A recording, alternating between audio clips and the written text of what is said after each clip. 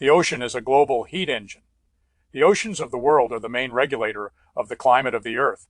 They are a dynamic thermal reservoir and store, transport, and finally release huge amounts of solar energy to our atmosphere. We tend to think of the sea as merely the blue setting of the land, but in fact it is a vast engine driven by the sun. To understand how this engine works, we need to look at the particular physical processes that allow the ocean to change from a passive heat sink to an active, life-changing heat source. May 2026. Scientific observation confirms that these mechanisms still are the foundational drivers of the meteorological stability or volatility that societies across the globe rely upon for agricultural, economic, and daily survival. The upper layers of the ocean have a large thermal mass in terms of absorbing solar energy of the year. Water has a high specific heat capacity. This means it can hold this energy for much longer than land or the atmosphere. When the conditions change, this accumulated energy does not just stay trapped, but crosses physical boundaries to interact with the gases surrounding our planet. These interactions are not incidental. They are the primary architects of global weather systems, dictating the intensity of storms, the longevity of seasonal temperatures, and the broader trends seen in the modern climate era. Main types of heat transfer. There are three separate and scientifically testable mechanisms by which ocean heat is converted into atmospheric energy. Both methods stress the role of converting liquid water to air motion in carrying the heat of the Earth from the tropics to more temperate regions. Evaporative energy released sunlight hitting the surface changes liquid water to water vapor. This evaporation process is highly endothermic in the sense that it takes heat from the ocean's surface in order to drive the phase change. When that vapor rises and eventually condenses to make clouds or rain, that latent heat is released into the atmosphere, providing the fuel for intense weather systems. Direct conductive exchange. This is the most obvious form of heat transfer and occurs when cold air masses pass over warm sea surfaces. When the cool air touches the water, this heat is transferred through the kinetic energy collisions of the molecules. This is a key part of tempering the climate near the coasts and maintaining the temperature difference between the land and the sea within bounds that make life on the land feasible. Massive, deep water and surface currents crisscross the Earth's oceans, acting as oceanic highways. Oceanic conveyor currents such as the Gulf Stream transport concentrated thermal energy from the equatorial regions toward the poles. These currents physically move warm water for thousands of miles. This prevents the polar regions from becoming completely inhospitable and controls the distribution of heat across the mid-latitudes.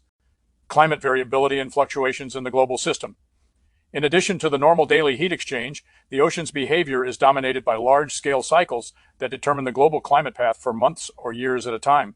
The most significant of these is the El Niño to southern oscillation, a large-scale change in the interaction between the ocean and the atmosphere. El Niño events. During an El Niño phase, the trade winds weaken, allowing warmer water in the western Pacific to flow east. Normally cooler, the eastern tropical Pacific becomes a massive heat source.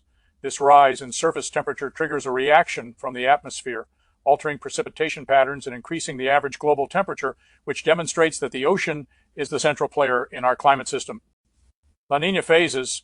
In direct contrast, La Niña is characterized by stronger than average trade winds that push warm water toward the west, allowing deep cold water to rise to the surface in the eastern Pacific. During this phase, the ocean acts as a net sink, absorbing more atmospheric heat than it emits, and often cooling the global average, highlighting the cyclical nature of oceanic regulation.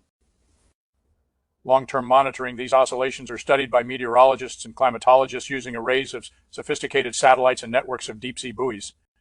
Scientists can predict changes in these patterns by monitoring sea surface temperatures and subsurface heat content, and this helps societies prepare for the varying levels of heat release that dictate everything from how often droughts occur to how severe hurricane seasons will be. The delicate balance of our climate.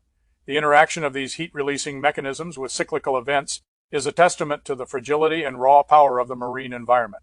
The ocean is not simply a passive responder to the climate, but a major player in setting it.